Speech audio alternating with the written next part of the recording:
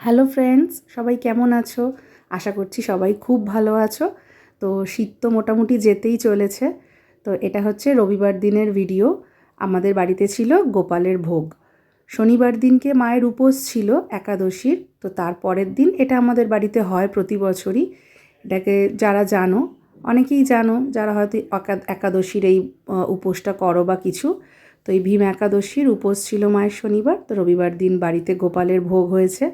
তো সব কিছু ক্লিপিং তো নেওয়া হয়নি, ভোগ রান্না টান্না সব কিছু। তো ভোগ নিবেদন করেছে মা। আর ভাবলাম যে সেই ভিডিওটা আর পুজোর সমস্ত পার্ট তোমাদের সাথে একটু শেয়ার করি।